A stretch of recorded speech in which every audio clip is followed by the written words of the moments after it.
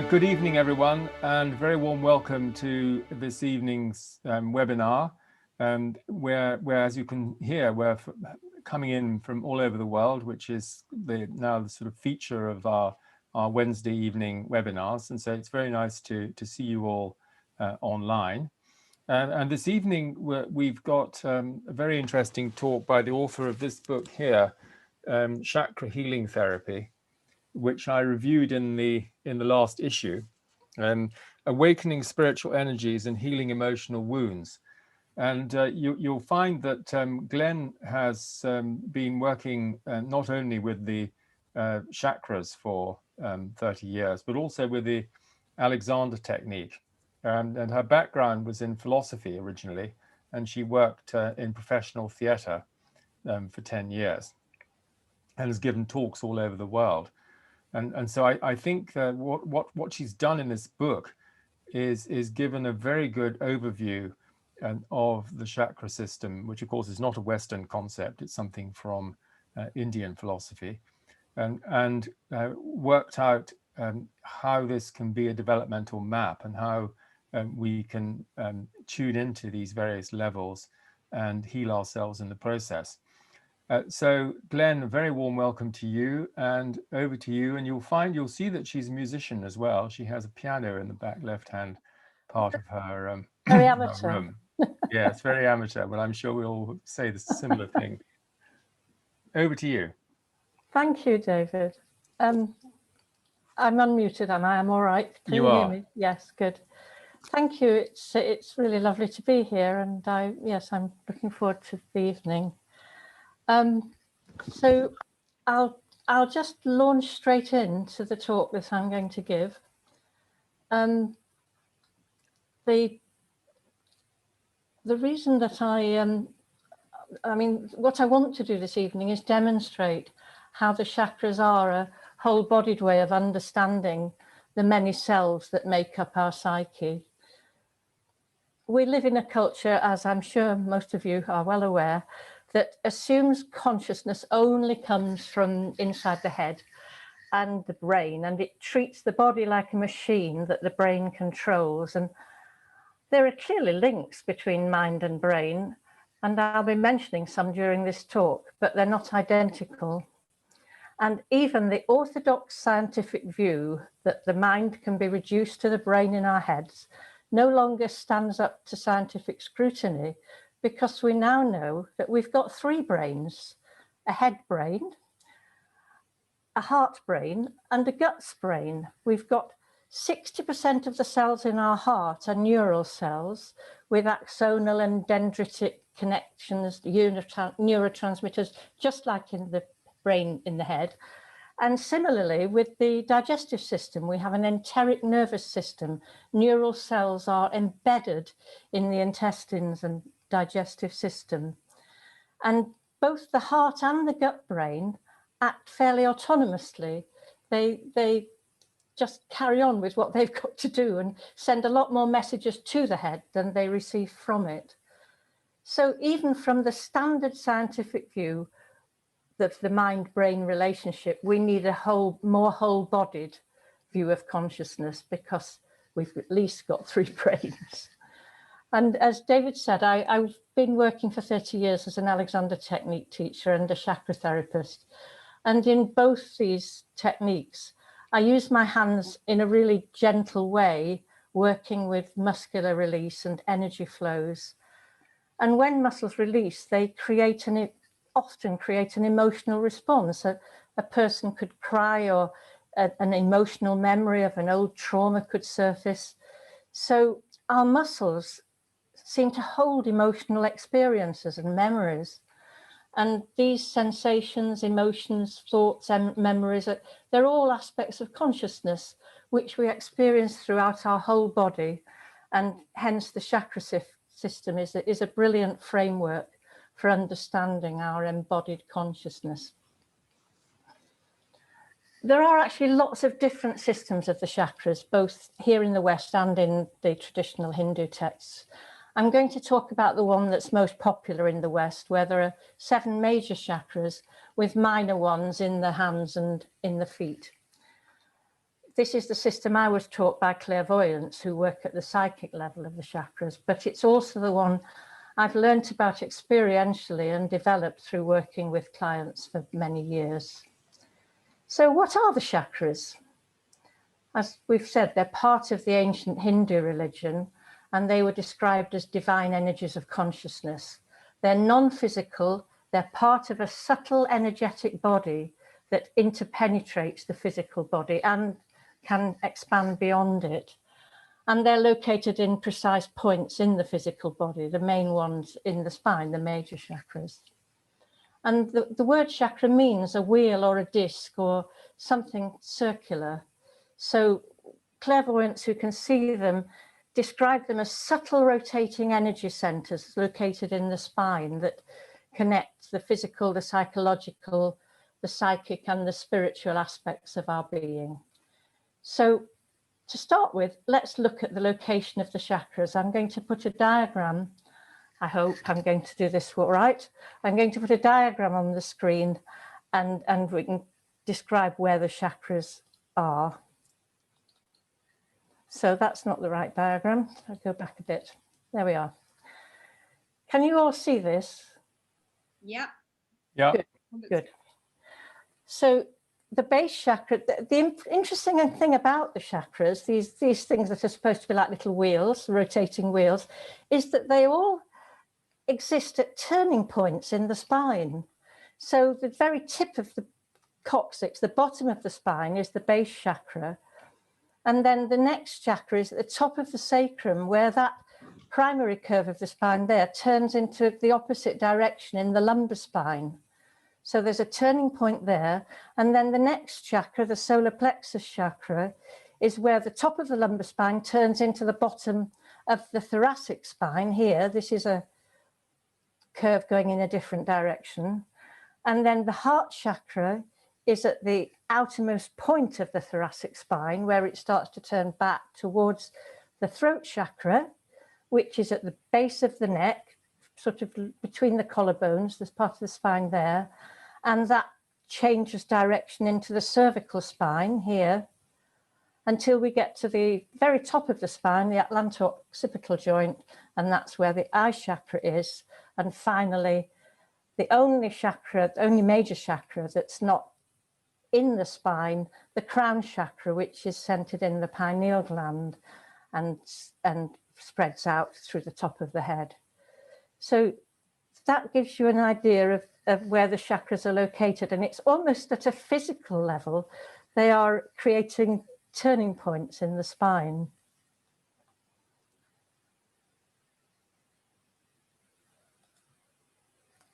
I hope I'm back now. Am I back? Yes, you On are. the screen. Good, thank you.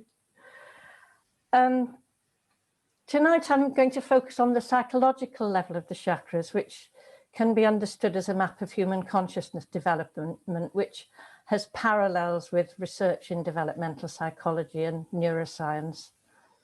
The three lower chakras are linked to stages of life as we move from infant to adult. Our experiences in those stages leave their imprint on the chakras. The first chakra is dominant in infancy, the base chakra. The second, the sacral chakra, is dominant in childhood. And the solar plexus chakra is dominant in young adulthood.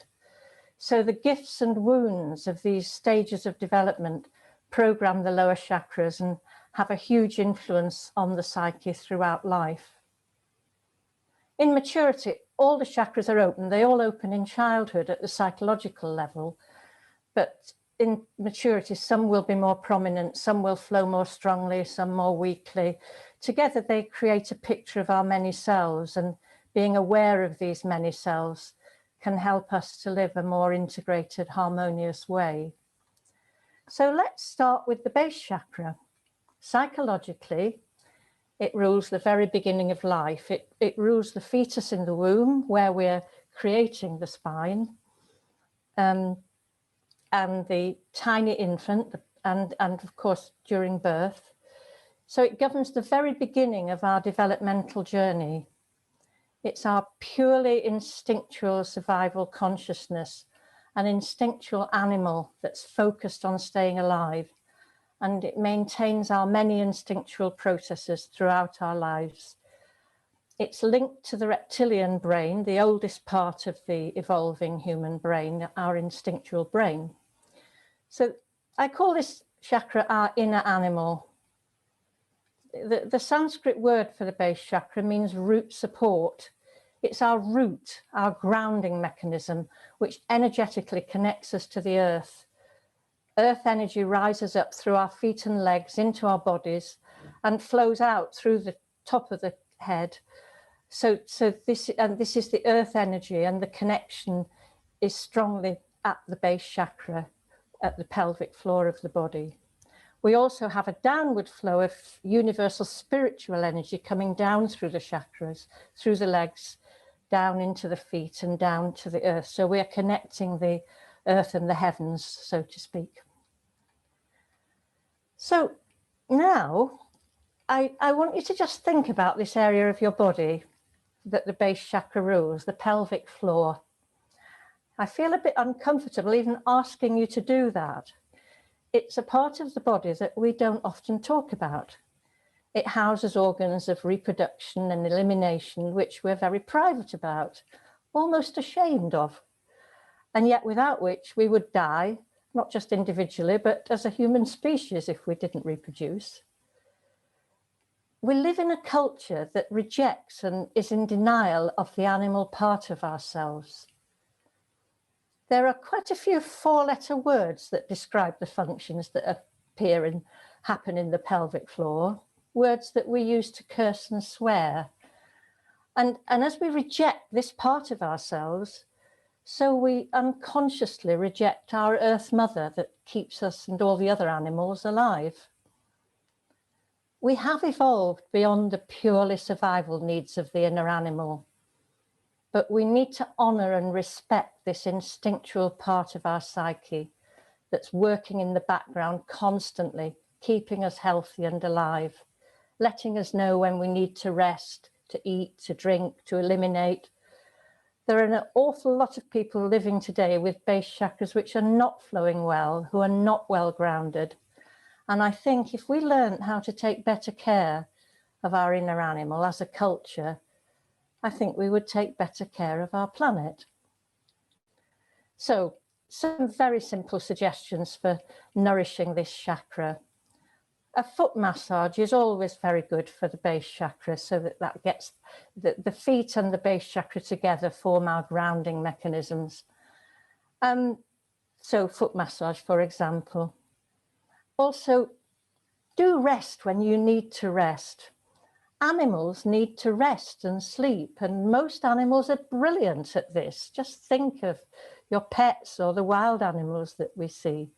But human animals in our culture tend to downplay the need for rest. They sort of boast about not needing much sleep and things, but it's not true. We do need our sleep. We now know that lack of sleep can be one of the causes of dementia, by the way. It's worth knowing that. So also get out into nature as much as you can. And as you're walking, think mindfully about how your legs and feet are supporting you, moving you around, constantly connecting you with the earth. Then really pay attention to all the different plants and trees and birds and other animals that you encounter. See yourself as another member of this animal kingdom. So the next chakra we have is the sacral chakra. This is located at the top of the sacrum and shines out into the lower abdomen. And this chakra is dominant in the childhood stage of life. This consciousness of this chakra is very sensual, emotional, relational, seeking pleasure and good feelings, exploring and relating to the world out there. And the most important part of the world out there are the mother, the father, the siblings, the carers. It links to the limbic system of the brain, the emotional brain. This plays a central role in childhood. And it also links to the gut brain that I talked about, our emotion, our digestive system. The digestive system produces 95% of the serotonin in the body, more than 95% actually, which is our feel-good hormone. It's produced in the digestive system, and it sort of fits with the consciousness of this chakra. It's a period of life when we seek pleasure and happiness and belonging, but also where there can be great unhappiness and deep emotional wounds, and these can be programmed into this chakra. So I call this chakra our inner child, which we need to take care of throughout our lives. And I thought we could explore the consciousness of this chakra a little more experientially. So I'm going to do a little talk through, quite a short one, about thoughts to do with this chakra. So if you just sit comfortably and put one hand on the lower part of your abdomen. So maybe your thumb will be just below the navel, and then the rest of the hand on the lower abdomen. And let your other hand rest on your legs. And ideally, if you can, have both feet flat on the floor. So you're making your connection with the ground. And I suggest you close your eyes now. I'm going to ask you to think about things. So the first thing I want you to think of are delicious things that you love to eat and drink. Some of your favorite tastes. Think of food that you like best, you really enjoy, and drinks. And think of all the meals of the day. What's your favorite breakfast and your favorite lunch and your favorite dinner? Just think about tastes for a moment.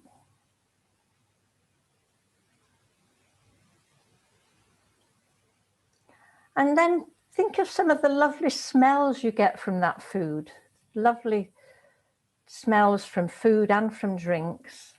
Some of your favorite smells, and also the scents of flowers, the smell of the sea and the seaside, the smell of woodland, new mown grass. Just tune into some of your favorite smells.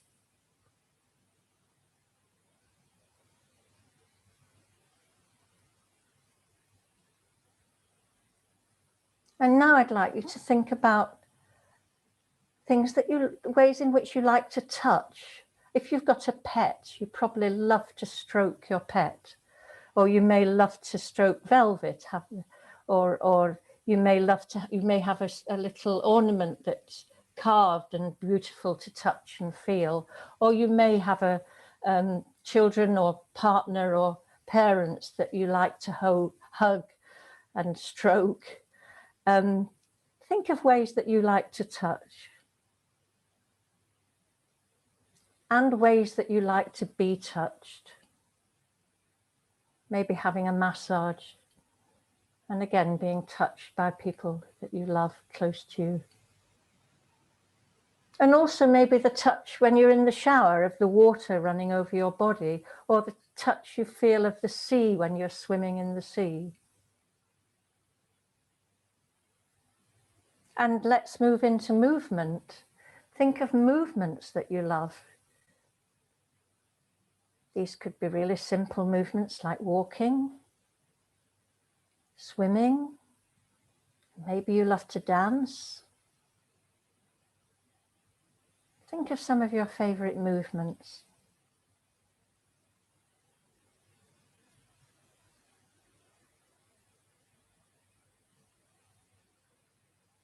And now think of some of your favorite sounds, music that you love to hear, sounds of nature, sounds of people that you love, pets that you love, animals, birds' song. Favorite sounds. And some of your favorite sights, things that you like to feast your eyes on. Beautiful pictures, beautiful architecture, beautiful people and animals and nature.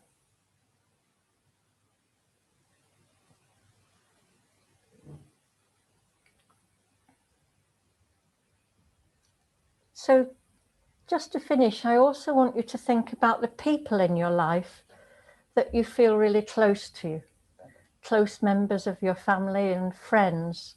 That this is your sort of adult family, of your adult friendship group. The group that you feel you belong to, that you all care about each other. Just feel happiness and pleasure that those people are in your life.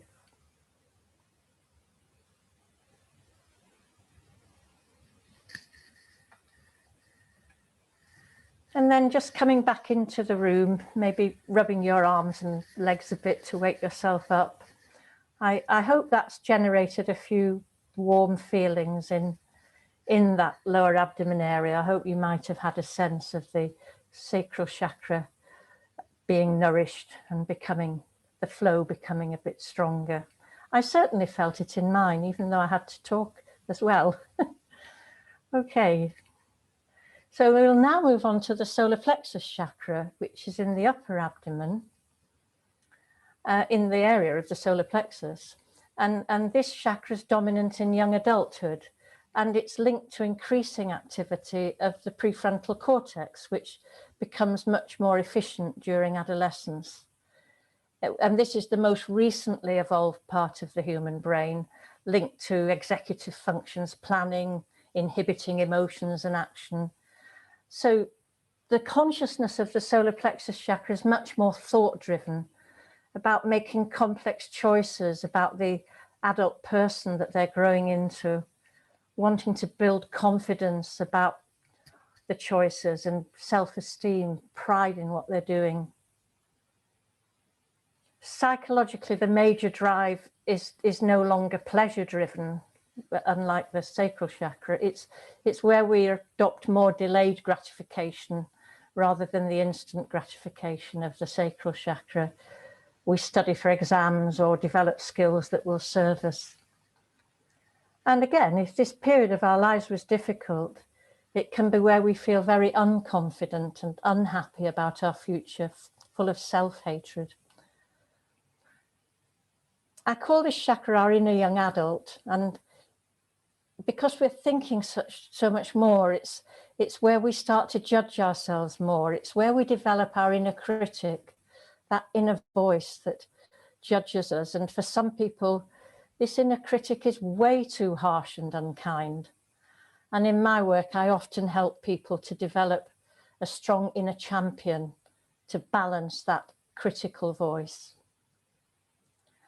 So now I'd like you to think about that part of your body, the upper abdomen, the solar plexus area.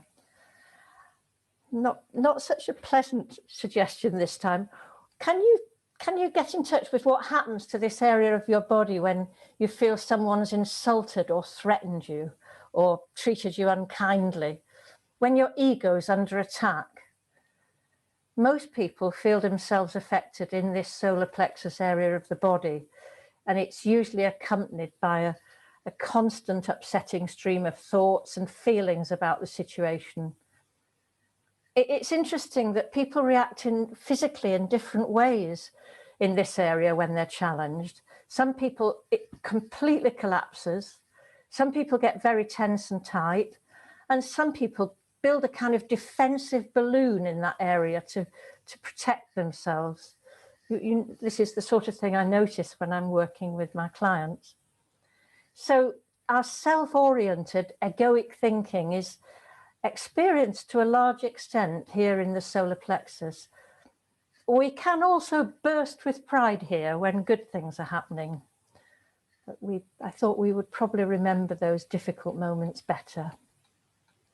So those are our three lower chakras, and I now want to show you how they relate to developmental psychology.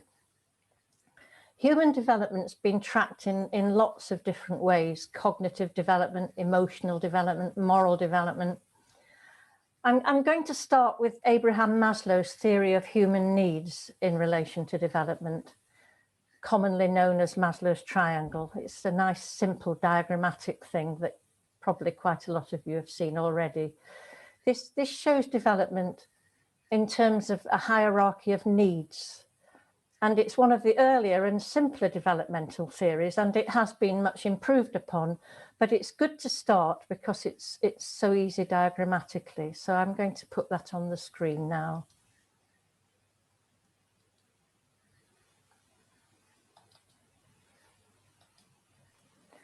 And I've color-coded it so that it fits with the chakras. So the lowest level of Maslow's triangle is physical needs. Physical needs, air, water, food, warmth, rest, very basic needs, clearly linked to the base chakra. The next level is a bit of base chakra and a bit of solar plexus chakra, the security needs for safety and stability. And then the next chakra, the social needs for feeling loved, for intimacy and belonging. So this is the sacral chakra, the second chakra. And then the next needs on for self-esteem, for self-worth, recognition, prestige. And these are linked to the solar plexus chakra. The top of the triangle, as you see, is multicolored because it's self-actualization. It's where we move to connect to more of a spiritual connection with ourselves, and we work more with the upper chakras. So it involves the heart, the throat and the eye chakra, and I'll talk about that later on. But in terms of the chakras we've looked at, you can see how this hierarchy of needs fits very nicely with the chakras.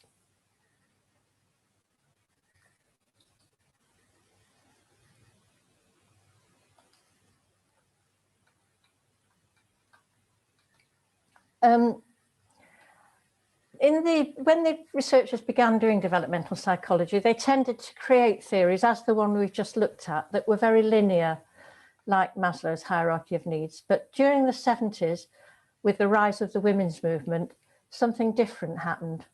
Female researchers began to notice that a lot of teenage girls that were being asked about what their drives were, what they wanted from life by social scientists, they didn't always follow the same linear path as most teenage boys.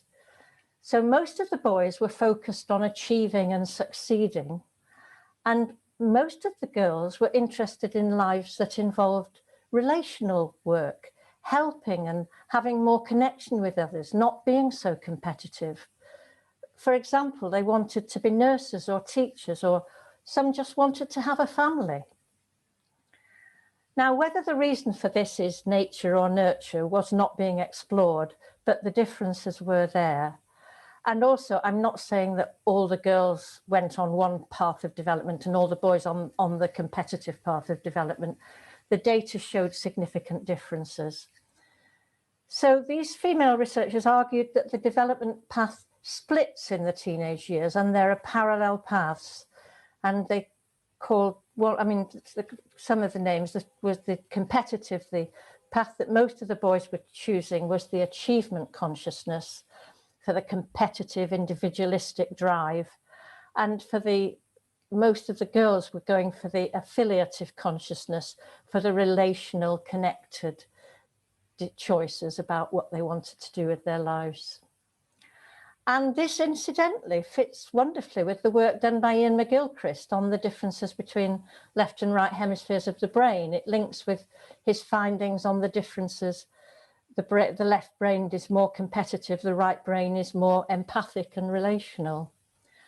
And Ian McGilchrist argues that some of the ecological problems we face today are because our culture is too left brain dominant.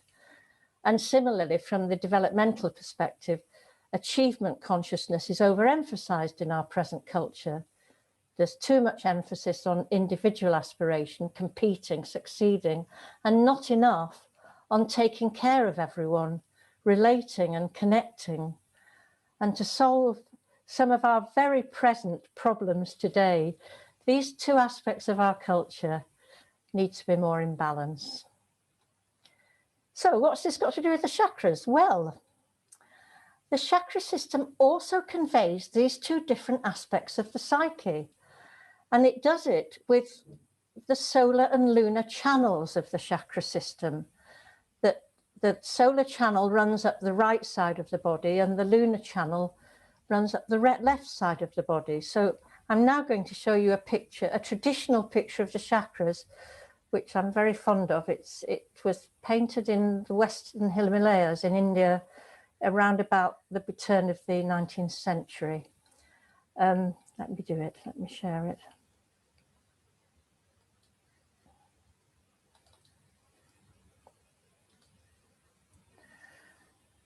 So here we have someone showing his 7 chakras. And I think you can see my mouse moving, can't you? Yes, This is the lunar channel, the dark lunar channel. And here, which is harder to see, is the solar light channel. Can everyone see this? yes, we can. Great, great, thank you. And there's also, which is also very difficult to see, a central channel running up, connecting all the chakras centrally. So we have Pingala as the solar channel on this side, Ida as the lunar channel, and Sushumna is the central channel of balance. And what's important about this, they're called nadis, and that means channel, is that the channels represent these 2 different aspects. The solar channel is the traditionally masculine, autonomous, independent development, and the lunar channel is the traditionally feminine, relational, connected development. And the central channel, as I said, is the channel of balance. And importantly, in the chakra system, every human being has got both channels there, that we both have this solar and lunar channel, and we need to bring them into balance. And for example, when we talk about work-life balance, we're talking about how we bring these 2 aspects into balance for better or worse. Okay, so now we'll move on to the heart chakra.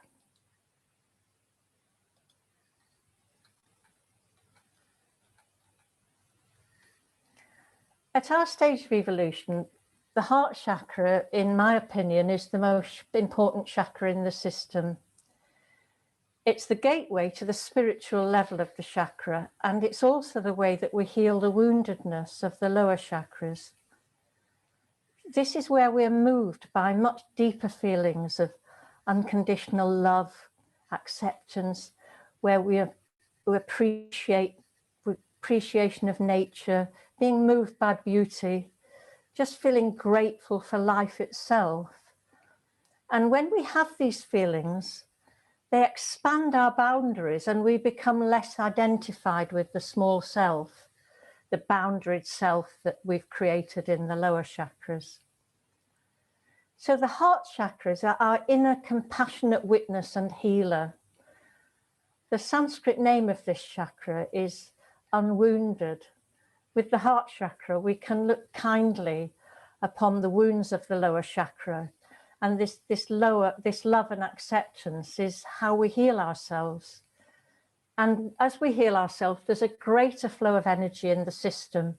And this opens the door to our spiritual nature and enriches our whole experience of life. So the first 3 chakras, they develop the basic psyche, the boundaried ego, and then as the heart chakra flows well, it softens those boundaries and the aura expands and the energy in the whole system expands, allowing an increased flow in the upper chakras where we can have inspirational and peak experiences potentially. And we do know, thanks to the research of the HeartMath Institute, that the electromagnetic field around the heart, which is a much bigger field than the field around the head brain, by the way, the field around the heart expands measurably as we focus on those feelings of love, appreciation, gratitude. And we also know that those electromagnetic fields interact and influence the people around us. So this scientific research is beginning to show that we influence each other through our auric fields. I mean, the aura may be a lot more than the electromagnetic field, but it definitely includes it, I think. So, looking at the big picture of the heart chakra and the culture we live in, why do politicians never talk about love as part of their policies? Or if they do, I've not heard them. I do think bringing love into the conversation is another way that we're going to solve the many problems we face globally. I think humanity is facing the potential shift from a culture dominated by achievement consciousness and individual aspiration, the consciousness of the solar channel of the solar plexus chakra, into heart consciousness, into this expanded, loving heart energy. Whether we succeed in making that shift is not yet clear. So I'll now move on to the upper chakras. The throat chakra is the chakra of communication and self-expression. It's our creative performer and communicator. It's very prominent in professional speakers and performers, actors, musicians, dancers. The Sanskrit name of this chakra actually means purified. And this is because it's giving the meaning at the spiritual level. At the spiritual level, this is where we have the potential to let go of all of the ways in which we've adapted to fit into this world that we live in. The false self, we can let go of the false self and really express our true voice, our purified self. So the journey from the heart chakra to the throat chakra is a journey of purification, which some people find blissful and some people find they meet the dark night of the soul, actually. And then the eye chakra is our chakra of creative thinking and vision. It's where we develop a larger view of the world. It's our creative thinker, and it's very prominent in writers and academics and probably a lot of people in this organisation. I haven't had time to go into the psychic level of the chakras, but I will just mention that one aspect of the psychic level of the eye chakra is the power of intention.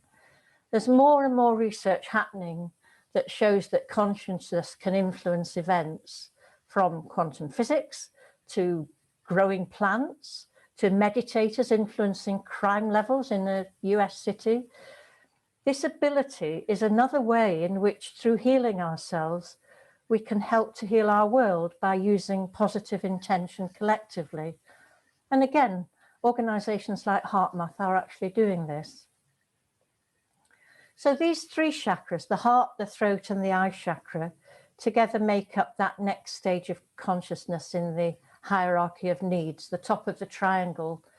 And Maslow calls this self-actualization, where we find our true self, our creative and inspired self. And finally, the crown chakra is where we have the potential to move beyond identification with the self altogether and become identified with the whole, the universe, everything, knowing a formless consciousness that's written about by enlightened spiritual seekers in many traditions. And Maslow called this level self-transcendence. So that's a work through the psychological level of the chakras. And I'm just going to go back now to the question I put against this talk under the heading, which was, can we heal our world through healing ourselves? And I'm going to ask a few more questions. Can we integrate our rejected inner animal? Can we bring the solar and lunar aspects of ourselves into balance? Can we nourish and expand the energy of the heart chakra, moving from dominant achievement consciousness into heart chakra consciousness? And can we work collectively with like-minded people to influence consciousness through the positive intention of the eye chakra and bring about the changes that we want for our world? If we can do these things, I believe we can change the world, and I sincerely hope that we can. So I'm now going to finish my talk with a guided visualization where I go through all the chakras from a place of heart-centered awareness. So I'm going to put a picture on the board for this because I'd like you to close your eyes, and I'll be closing my eyes as I talk you through this visualization. So the picture I'm going to put on the screen is of the kind of visualization that I'm asking you to do. So if by any chance you get lost, you can just open your eyes and look at this illustration. It's an illustration of the energetic part of this visualization.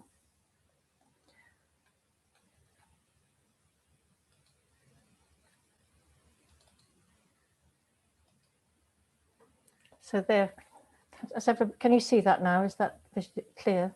Yeah. Yeah, thank you. Yes, so this is, oh, no, don't do that.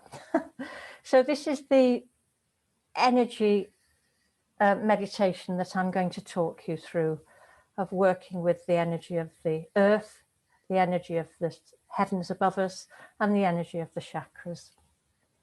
So if, again, just sitting comfortably, ideally with your feet flat on the floor, and just closing your eyes, resting your hands on your thighs.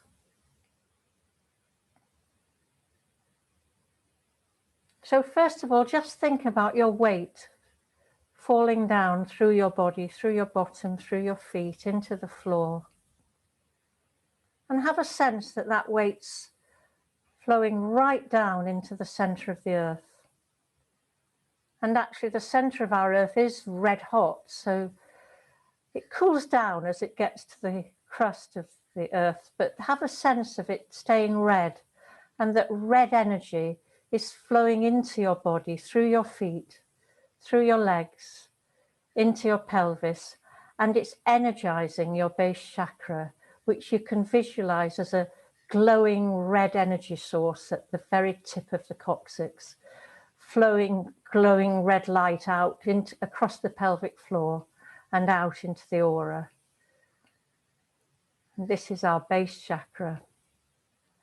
And then let that red light travel up the coccyx into the sacrum, to the top of the sacrum, changing to an orange glowing light where there's the sacral chakra, a glowing orange light source, with the light spreading out across the lower abdomen and out into the aura. And then let that orange light travel up the lumbar spine, changing from orange to yellow until it reaches the solar plexus chakra at the top of the lumbar spine. A beautiful golden yellow glowing light source, spreading glowing yellow light across the upper abdomen, the lower chest, and out into the aura. And then let that golden yellow light travel up the thoracic spine to the heart chakra at the center of the thoracic spine, changing to a lovely green light, spreading light out across the chest, up into the shoulders, down the arms and out of the hands and out into the aura, this lovely green heart energy. And then let that light travel up to the throat chakra at the base of the neck, a blue energy source, a beautiful blue glowing light, also spreading out across the shoulders, down the arms, out of the hands, and up the neck, into the throat and the jaw and the ears, spreading out into the aura. And as the energy arrives at the top of the spine, it reaches the atlanto-occipital joint, where there is this indigo purple light source shining out, the eye chakra, spreading this lovely purpley light out into the head and out into the aura. And then that purpley light gets lighter and lighter as it moves through the pineal gland of the crown chakra up to the top of the head, where it changes to white light, spreading out across the top of the head, as though there's a saucer on the top of the head with light rays pouring out from all angles of the saucer. And this connects us right up into the spiritual universal energy. Have a sense of that universal energy now. Wonderful white light flowing down into the body, through that crown chakra, into the head, into the aura, moving down the head to the eye chakra at the atlanto-occipital joint, filling out the head, the throat, into the shoulders, into the eye chakra, spreading out into the aura. And as this lovely white light comes down into the body, everything gets light and scintillating. And this white light is purifying us, cleansing us, clearing away our problems. And so it's now reached the throat chakra and now moving down the chest to the heart chakra, connecting with the green light of the heart chakra and the body, spreading out into the aura and down the arms and out of the hands, down to the solar plexus and the upper abdomen and out into the aura, down into the sacrum and the lower abdomen and out into the aura, and then down to the pelvic floor, the base chakra, and out into the aura and down the legs and the feet, and connecting to the earth energy below us. So we are connecting the experiential energy of the earth with the inspirational energy of the universal life force.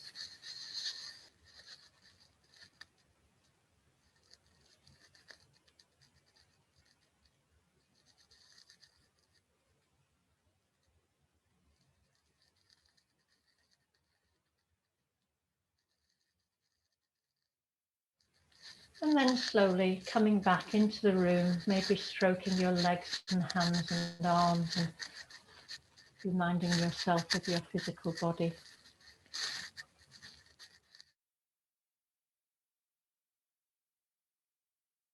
And that's the end of my talk.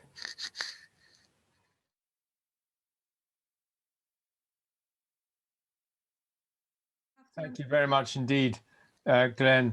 Just for the information of people, I don't know if there's anybody on the call who remembers in the late 1980s, we had a subtle anatomy group that met in Oxford. It was an internal network group, and it was coordinated by Herta Larive, which some people may remember. And one of the early members, we had Theo Gimbel, and then also David Tansley, who did a lot of work on color. And it was very, very interesting because the person one of the other people who was teaching, whose name escapes me, had us doing various experiments.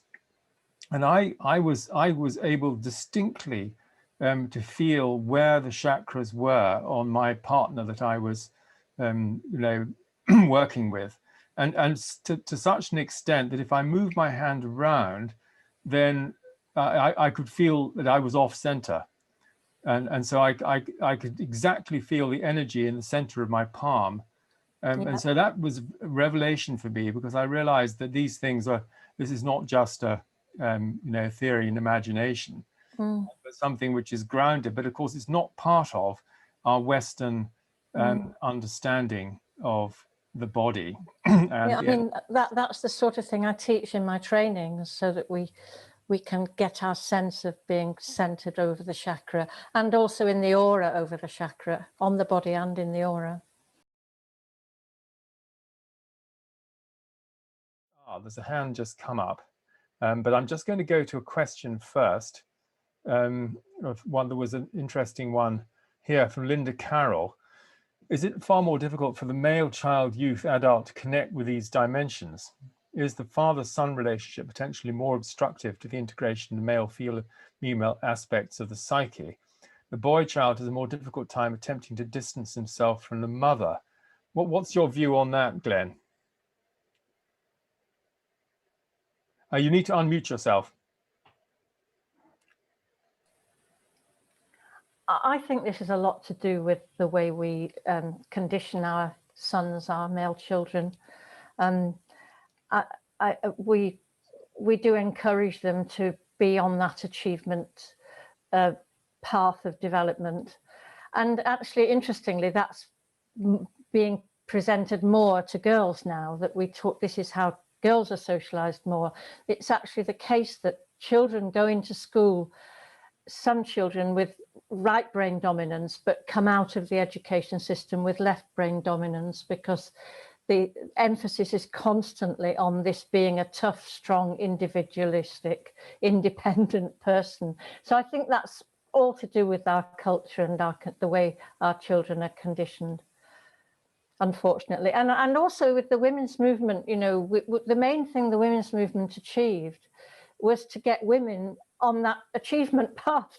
There's not the same encouragement for men to be on that relational path. Culturally, we don't talk about that too. And actually a teenage girl who says she wants to have a family is frowned upon, because having a family is not okay. You have to have a job, you have to have a full-time career. So things have definitely swung more and more to the achievement side, the solar channel of the chakra system in our culture. Yes, that's very interesting. I mean, I see this in my work with teenagers, which is my Inspiring Purpose project, because the girls will quite often say, you know, what you want to achieve in your life, what you want to contribute, and they'll mention, you know, having a family, as well as, you know, the job. But you virtually never get boys saying the same thing. Occasionally they do, but not in the same numbers. Yes, thank you. If you like, I could show another illustration that I've got that shows the channels that I've talked about, but shows them, all of them, not just the major ones, which is the one I showed in the talk. Shall I do that? Because yes, you can see that? how it's... I think we've got plenty of time. So okay, so I'll just go to, can I do that's it, I'll do a share. I'll go here, and then I need to go back. That's a picture of the nadis, the energy channels that are both inside the body. You can just about see the solar and lunar channels here, and they put the sun here and the moon there. But they talk about this as a system of channels that we've diagrammatically reduced to just those two major channels. And you can see that there could well be acupuncture meridians within that somewhere. I like the way it goes out into the aura as well. Yeah, so what sort of date is that illustration, Glenn? I'm not sure. I've had terrible difficulty getting permission to reproduce it, because nobody could find the origin of it, actually. I've never seen anything quite like that. Well, Furstein, talk about a complex system. Yes, yes. Now, it's in Furstein's book, who's a real good academic writing about Tantra. So I think it's a very valid picture, if you see what I mean. Yeah, it's not just a modern thing. Georg Furstein. Yes, yes. No, I know I used to know him, but unfortunately he's no longer with us. I know, yes. I remember. Yes. Wonderful Yes, thank writing. you very much for that. Yeah. Great. Just before we go on to the next question, I'm going to share my screen again, because I just went into the link which Liz put in the share, which is really quite extraordinary. This is the Blake. Yeah, lovely. Yeah, the Blake painting, The Dance of Albion. And when you look at the color scheme that you were talking about, I mean, this was what it was, 1810, something, yeah, 200 years ago. So he was obviously seeing something that his contemporaries... I think Van Gogh was seeing things psychically. I think Blake was. I think there are some artists that have just seen that spiritual psychic level. It's lovely. Yeah, very interesting. Anyway, I just thought I'd show people that, because I haven't clicked on the link. I just got a question before we go on to the next one. I don't think this was in your book, but it must have been another book I was reading about the life review and the relationship between the memories emerging from the life review and the dissolution of the departure from the physical body, as it were, because then all the memories, the idea was that the memories would then be released. I think this was in my book, David. It was in your book. Yes. Yes, I thought it might have been. Could you maybe just say a little bit about that? Yes. I mentioned at the beginning how our muscles seem to hold memories, And when I'm working, sometimes a memory is released of an old trauma or something.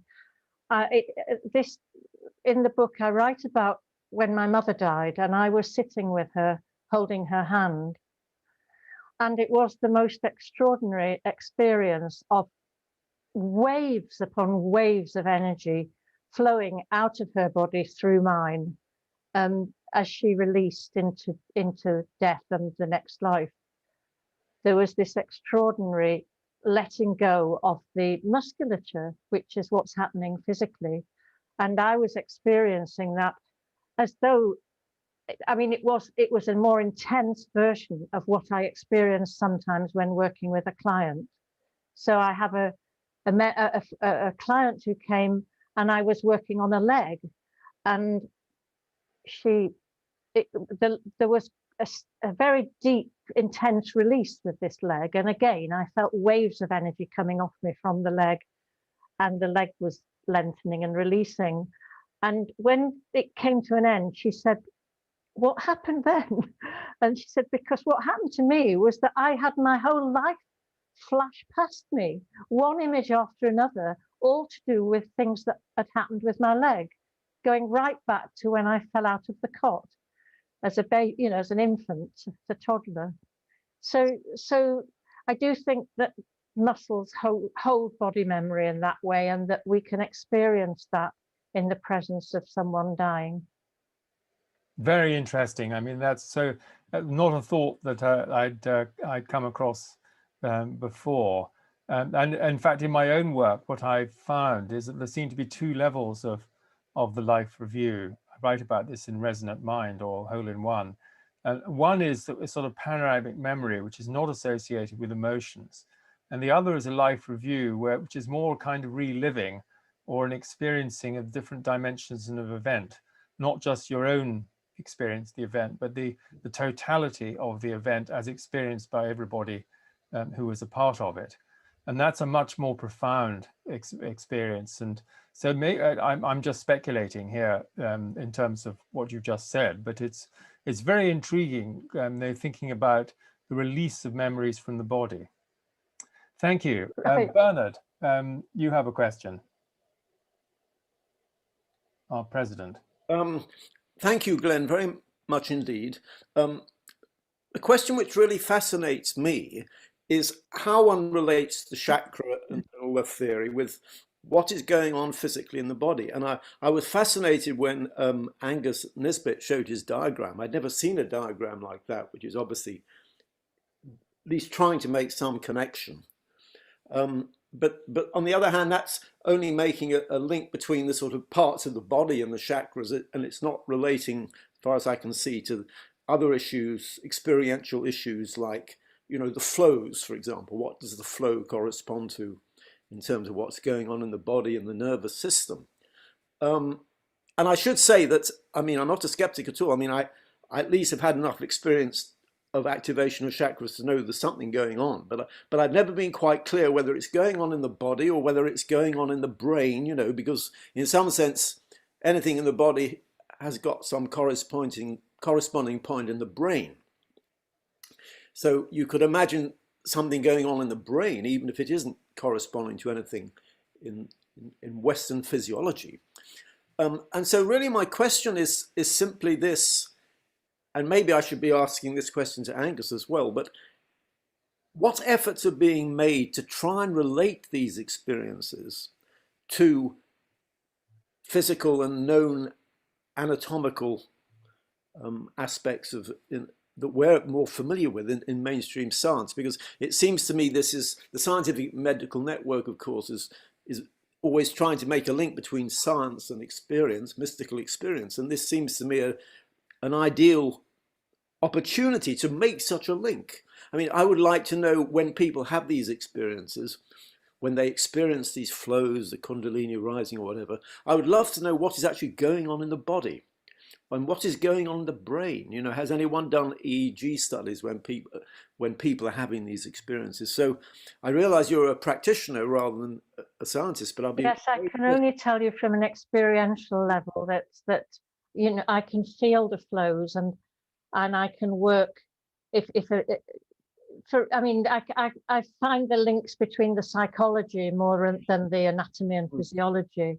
So for example, I had a client who'd had a very difficult time in boarding school since was a child, you know, very young, and was numb and dead in the sacral chakra area.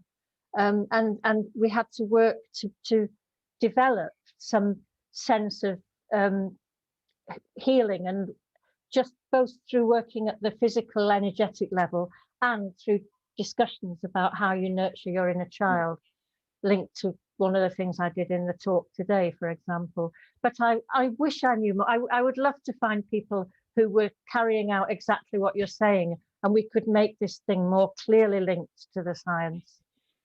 Well, I think that's very important, and thank you. And if you yourself could take part even in as a practitioner. Oh, I'd be happy to if there was a research project, yes. I just wonder also, Glenn, what about the maps of reflexology and the correspondences between different parts of the foot and also the ear? Does that make it? Because we're talking about maps here as well as. Yes. I can't say that I think it is this sort of holographic quality of the body in a way that the foot can link to the entire body and so on. You know, that there's this quality of the universe and the individual are all part of the same thing. So any part of the body can become the whole in a way, can express There's holographic sort of correspondence. Which yes. I'm guessing, because I haven't actually studied any relationship between reflexology and the chakras. I wouldn't know for sure. No. Anyway, well, look, thank you all very much indeed. We're up against, we're at full time, as it were. And I think we've had a very interesting exploration, a lovely visualization, a very clear explanation of the chakra system, and I think a good dialogue between what you might call the mystics and the scientists. Yeah. So that's really what the network is about, is be able to listen, each be able to listen from the other point of view. And this goes right back to George Blaker, who founded the network, and he always had a leavening of intuitives in the network right from the beginning. Because he felt that the mystic and the scientist can both learn from each other's relative ways of perception and understanding, sort of systematic understanding. So I think that's been a very, very interesting bridge building, as Bernard would say, because he's very keen on the bridge metaphor. So I'd like to thank you very much indeed for your presentation, your presence with us this evening, and look forward to coming together again very soon. Thank you so much.